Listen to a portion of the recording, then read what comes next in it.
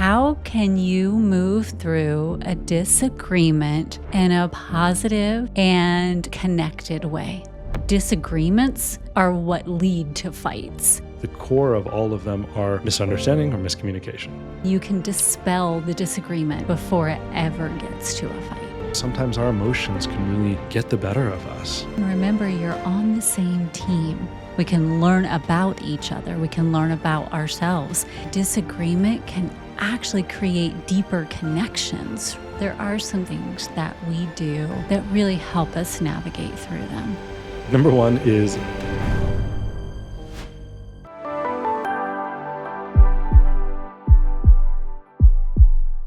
So, honey, what would you say if I were to ask you what the number one question we get, regardless of who we're talking to, is? What would you say it is? without a doubt every single time. Do you guys fight? It is. I mean, honestly, I love it that that's the number one question because what it means is we put people in such a place where they just can't even imagine that we fight, right? And so they're so curious, like, how do you do it? Do you even fight? And the answer that we give, Just cage fighting. no, we don't. That would be interesting to see, though. I think people would pay to see that. Maybe that's what we do for our next fundraiser for Sweet There we Era. go. There. Let's promote love. Let's cage fight. Oh my gosh, that'd be like putting two Care Bears in a cage and saying I fight. love you more. No, I love you more. Let's a just cage cuddle. of love. Let's just cuddle. Oh my God, no. So we don't fight, but we do have disagreements, right? No, we do. And No, we don't. No, we don't. Who said? And so part of what we wanted to do, because then they ask, okay, so how do you not fight? And then how do you move disagreement or move through disagreements? Because it is a prime question. How can you move through a disagreement in a positive and connected way and not disconnect through disagreements? And that caused me to sit down today, honestly, because we do get the question so much. And I can't say that when we get the question, we're like, oh, yeah, we have this surefire way. It is simply something that we do because we do it. Mhm. But you get asked the question so many times and you're like, how do we do it? And so today I sat down and I said, okay, let's feel through what we do pretty regularly if we have a disagreement. And so I did put it down on paper, what we tend to flow through in an average disagreement, because you don't always do the same thing, right? Mm. Every disagreement isn't the same. So every way you flow through it isn't going to be the same. It just can't be. We're human. Mhm. However, there are some standard things that we do that really help us navigate through them. And I'd like to share because maybe it will help some individuals not get to a point where they're disconnecting, even if you're in an actual fight. Hopefully, you'll find that disagreements are what lead to fights, and you can dispel the disagreement before it ever gets to a fight, Yeah, right? absolutely. That's the hope. So we chatted about these. I didn't want to just come into this and say, here's what I think we do. I wanted you to just kind of reaffirm, yep, I feel like this is what we do too. And so we've chatted about it and you agreed. We did not have a disagreement over this is what we do. before we But shared. if we did, then it would be regarding these. Yeah, We would use these. So we this is would use these yeah. to make it through. So it's a circle. It's a big circle. So, are you willing to walk us through the first one? Absolutely. So it's important to know that we're going to put there's no essential like order except for kind of the last one. Yeah. But and it's not like a combo or it's like if you use four of these five, like you're just going to go into it's not going to work. So you're going to fight. So screw it. Yeah. So it's not, it's You only yeah. did 3 of the 5. We're gonna fight about that now. Yeah. So it's when we do have disagreements, we might only use one or two of them, Yeah. and they may show up as to your point. So I just want to make sure it's like a Well, really that's what you aware. think. No. So it's yeah, just want to make sure it's like aware that like, hey, these are some of the top ones that kind of have worked well for us and keep us in that space of disagreement to resolving something and keeps us away from escalating into a fight. Yes, And 100%. so number one. Do you ever get tired of that negative voice in your head telling you what you can and cannot do? My name is Amber Mikesell, and I personally got tired of that villainous voice controlling my inner realm. So I wrote this book, Silence Your Inner Critic. It's a comic book type series where you go in and you fight that villainous foe all along an epic quest. You can learn more about this fun filled adventure over at silenceyourinnercritic.com, and you can purchase your copy right there, or you can purchase it wherever you enjoy buying books. Number one is a pause and creating an emotional space with pause. Yeah, And it's amazing what this can do. And for reference, this is not like How I Met Your Mother, Lily and Marshall pause in the middle of arguments. So they just keep deferring what they need to talk about. That correct. is not what this is about. This is very much intentionality. Yes, as he shows you real time. no, it won't even be staged like that, but it's not that was staged, but like set up like when you are creating emotional space, Yeah, it can help to calm the situations because sometimes our emotions can really get the better of us unintentionally. Even we can have all the awareness in the world, and we can have all the practice and all the experience, but sometimes things just fire up and you're just like, oh my gosh, it's like there's so much, it almost feels like the emotion that you're feeling like needs to come out. And pausing is just a really great way to just pull back in yeah, and just allow yourself to feel the feels and allow the other individual or group, whatever this fight or disagreement may be about, um, to just kind of calm, reset the situation and utilize that for purpose and intention. It also keeps us from saying something that maybe we might regret a few moments later. And we've all been there. We said something we don't mean. We said something that is just heat of the moment. But why even go there? And that's kind of what you and I have really talked about. Just because if we say something and we be like, oh, I was just in the heat of the moment, it's like that doesn't take away that it was said. So you yeah. can't just like it's not that's like saying no offense and then saying something very offensive. Exactly. It's like It's not a just free it's not, pass. yeah. It's not a free pass. And so we're like, let's do our best to kind of eliminate that. Let's just instead pause and actually say what we mean. Weird. Yeah, I But know. And it's easy to get triggered, right? Even in a disagreement, that is one of the catalysts into an argument is the trigger moment where the emotion overtakes your rational ability to stay calm.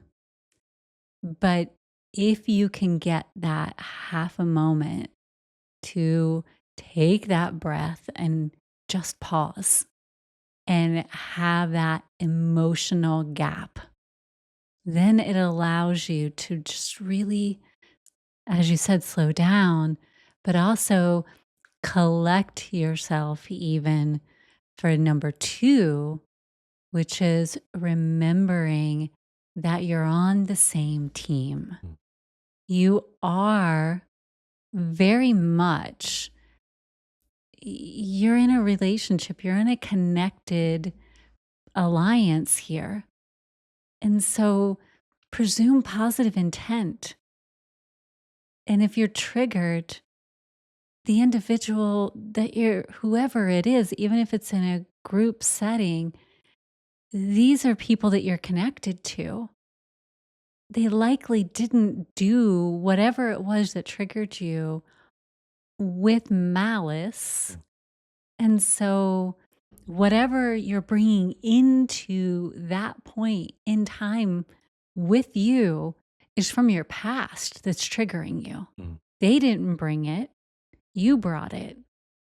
And so, if you can remember you're on the same team, you're there because you all, or at least in our case, we both chose to be there together. And so, presuming positive intent, knowing that we're committed to loving one another, whatever baggage I brought with me that would create that trigger, you didn't haul it and then throw it on my back suddenly.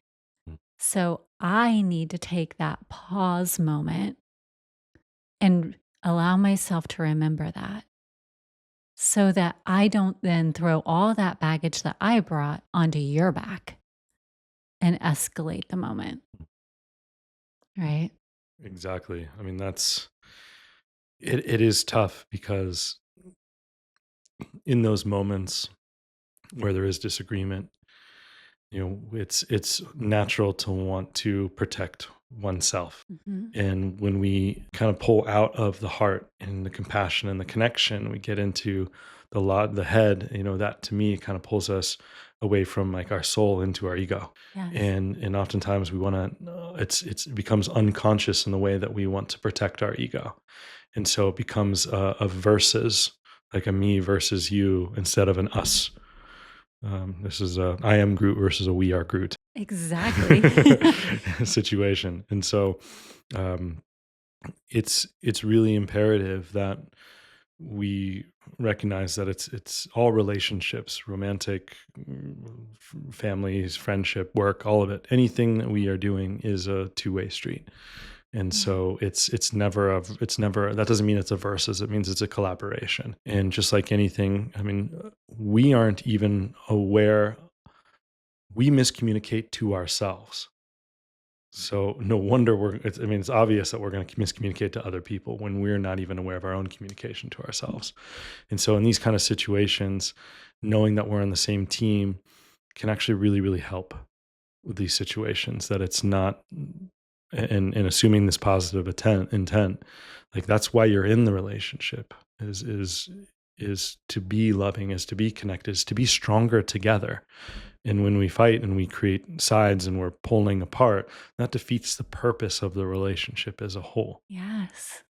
So that's like, to me, that's why it just really leads more into this reflective listening. And I think that's a really key aspect. Like if we feel ourselves starting to disconnect through the disagreement, Mhm. then one of the ways to kind of pull it back is to do what's called reflective listening.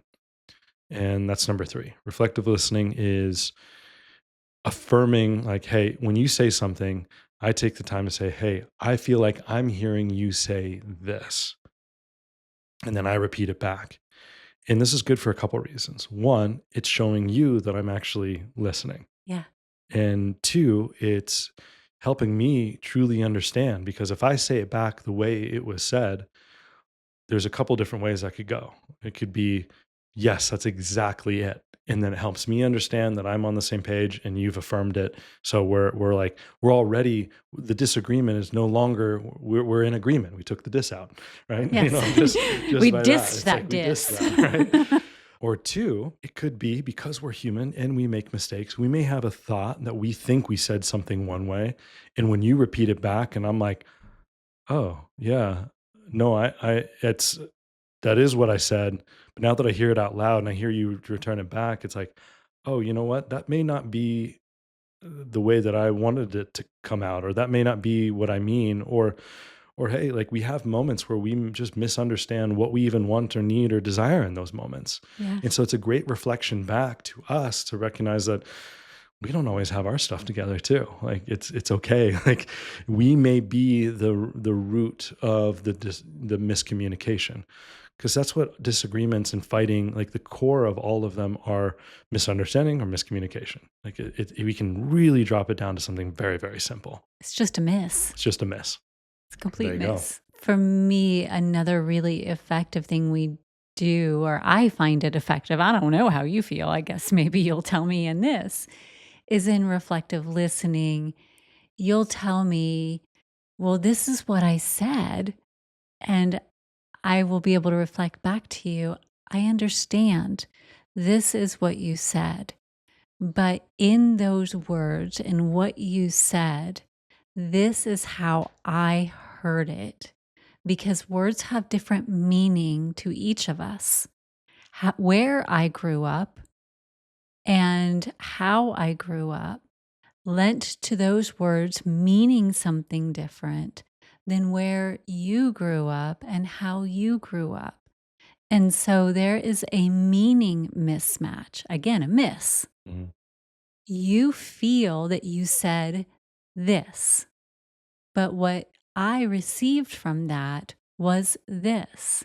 And so you can keep saying those words to me as many times as you desire, but what I am hearing from you is this. And then you'll be like, "Oh, I didn't know that that sentence could possibly mean that." Mhm. And I'm like, "I understand that you didn't know that because it's very different from our two different areas. But now what I desire to share with you is that it could and it does mean something different because of our two different upbringings and things like that." So now we have alignment because there's an awareness. But most of us don't take the time to even understand cultural differences, differences in word semantics and meanings based on cultural differences. Like there's just a lot that goes into it. Learning styles, like Learning how our brains styles, function and the way they process. Like that's all of it. So if we just slow down, create that emotional space, and we know that we're on the same team, then we can have this reflective listening and dive down in and know that it has nothing to do with an ill intent or that you're attempting to shame me or blame me or I'm attempting to tell you that you're dumb or anything like that. It is simply a miss in how we're aligning. mm, So absolutely. it's key. And oftentimes when that's happened, like we both have been able to say, "Oh, hey, that's an interesting perspective. I don't see the difference. Help me bridge the gap. Like Yeah. help me understand what is the difference, because to me they sound the same." And Yes. so that's an awareness expansion, and it can help to frame, because as we talked about in the last podcast and in other podcasts, it's like, how do we, if everyone has a different lens, right, in terms of perspective. And so I mean, we could go, we could definitely go crazy attempting to reach every single lens. It's just not It's not possible. going to happen. But when there are certain ways of things that can be framed so a majority uh, can receive it in a way that is where we're mitigating as many risks around the way it's being said, then the better result. And sometimes it can just be really simple. It either could be inflection, it could be choice of word, it could be a focus on like a restructure of the way it's said. So it's like focused on the thing versus the person, for example. So it's Mhm. not blame. It's more of like a, oh, what is this thing? Like not that you or someone else did it. It's like, no, this thing is what's happening. How are we going to fix it or approach Address it or it. Yeah. adjust it or any of these other relative adjectives. That's not Exactly. an adjective. And these relative Approaches. approaches, words, things, I don't know. This is how words Yeah. end up playing an issue. Yeah. Like, Yes. how that? Yeah. Yes. Yeah, I was not adjectives, but description of what it could be. That's where I was going with. Yeah. And, honestly, that leads into the next one, Mm, which is staying curious, right? Our Ted Lasso approach. yes. Because when you do stay curious, right, you're asking or you're seeking to understand. So if we're in a reflective listening and we're looking toward, okay, where did this misalign or where did this break down? Then it's not about blame. It is that what is the thing that occurred so that we don't have to revisit this again in the future. We can begin to build our awareness of what is taking us and our connection off course. We can learn about each other. We can learn about ourselves. This is where disagreement can actually create deeper connections, right? We can learn so much in relationships through disagreements if we don't shy away from them and we actually become curious while we're in them. Yes. And maybe we hold the goldfish as well, right? When they're done, be a goldfish. Exactly. Hold the lesson, let the rest be the goldfish moment. But curiosity is so key because we want to know about our teammates. We desire to understand, talking about the baggage, right? If you do, like we're in a disagreement and you do get triggered and you do throw some baggage my way, Hmm. well, I could still choose to remain calm, to pause, and to be curious about that baggage. Hmm. Maybe we can both let it go together, right? I don't have to be angry that you threw baggage my way. Maybe we open it up and we explore it and we ask, do you need to keep carrying it? Do you actually need a hand carrying it for a little while? We are on the same team. Maybe it would be a little lighter if we both carried it for a while until you are ready to let it go. So curiosity can do a lot to help through the process and bring us closer together, which is a beautiful thing. It's important. I feel like it's just uh, disagreements are good. I would say it's probably not like, hey, let's just disagree on everything, because Yeah, then let's not because that's not disagree to get closer. yeah. That's not the goal. Or just if you do catch yourself in a relationship and you're constantly in disagreement, that doesn't that's not like, oh yeah, we're learning. There's something else there too. Yeah. And so there's a healthy level of disagreement, just like it's, if we're always in agreeing with each other, then we're not learning, we're not growing, we're not diving closer together. It's that's actually not just in the same way, right? It's like if Mhm. you're just constantly disagreeing with or constantly agreeing with, those aren't the best. I would offer, they're not the best situations in a relationship.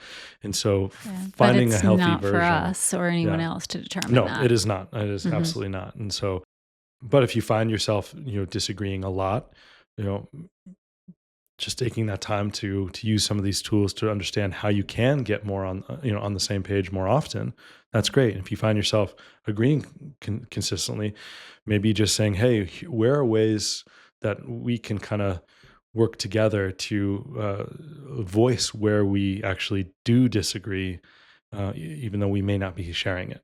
And so Yes. sometimes it has to do with self-worth, or it has to do with avoiding confrontation, other things. And so there may actually be a lot of disagreement that's just being that's illusory, right? So, Yeah. um, but one thing to kind of pull it all together, Yes. yes, it's a circle, It's a circle.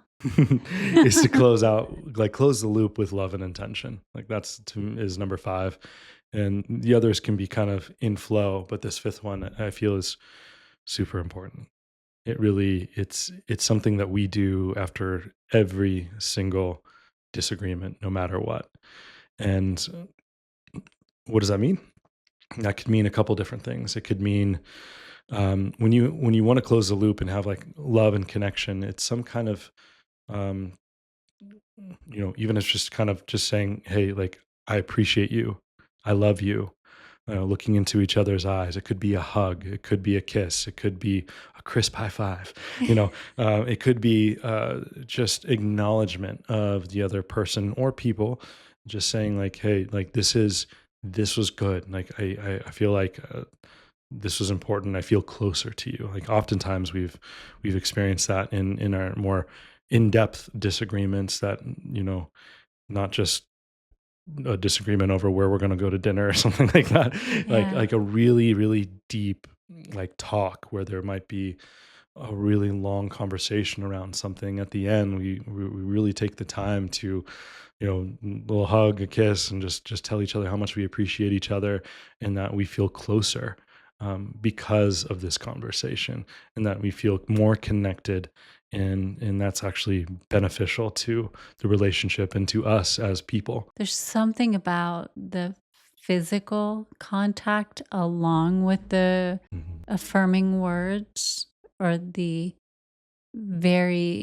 there's something to it. And again, if you're talking to your friends, like you had a disagreement with a friend or you had a disagreement with a family member, you're probably not going to walk up and hug and kiss, right?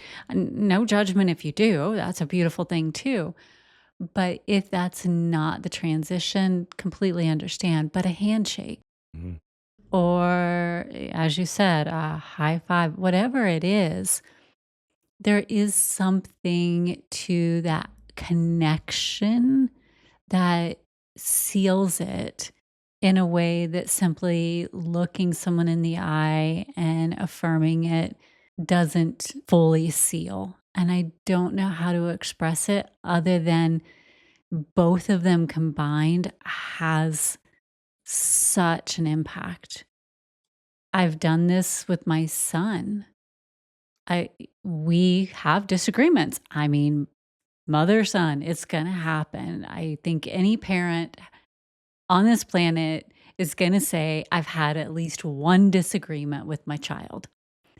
And when you're able to then look each other in the eye and say, I may not approve of your actions, but I still love you. And then hug them and let them know that they are still amazing. They are still an amazing person, even if their actions maybe were not the most amazing actions. It lets them know that they still matter in your life and that they are still amazing children because I can speak for myself as a young person. When I was disciplined by my parents, it actually hit my self esteem. I didn't know the difference as a young person between what I did was wrong and that I am bad. It wasn't a knock on my parents. They were doing what they needed to do to teach me. They needed to do that. It was where I was at in my young psyche. And so to be able to know that from when I was a kid, how meaningful it was when they differentiated for me between that action I took was not a positive action for me and wouldn't yield a positive outcome, but I'm still an amazing person and they still love me and they would hug me. Like that built me up very different, right? So that doesn't change as we get older. We still need that. Whether we recognize it or not, it's still a part of us. So when we can keep doing that and keep doing that for each other and with each other, it just programs our connections differently, if that makes sense. Yeah, absolutely. We all want to be seen, heard, and understood. And so by closing that loop, it really is a way to do that. It is to show the other person that they're seen, heard, and understood. And in some way, it's a way to do that for ourselves too. And so that's because that's what we would like too. Again, that's a lot of disagreements or arguments are because, as you said, something's missing, and usually it's because we're not being seen, we're not being heard, we're not being understood. Exactly. So, if you have ever found yourself feeling not seen, heard, or understood, then maybe begin to implement these tools in your own relationships and see if they come back to you. And if you're looking for a community where you feel seen, heard, and understood, we have a community coming up through Suivera. It is called Relationship Evolution, and you'll start to see more about it. But we're going to be opening up a beta group here very soon. So be on the lookout through suivera.org. And if you're looking for a lot more to explore, then you can head on over to Silence Your Inner Critic. We've got a lot of amazing things coming up on our schedule of events. So take a look, scroll through, see where you can see us in person, including a Silence Your Inner Critic retreat coming up in October, October 9th through the 13th. Early registration will be opening up soon as well. Until then, we'll look forward to seeing you right here on the Heart Leader Podcast.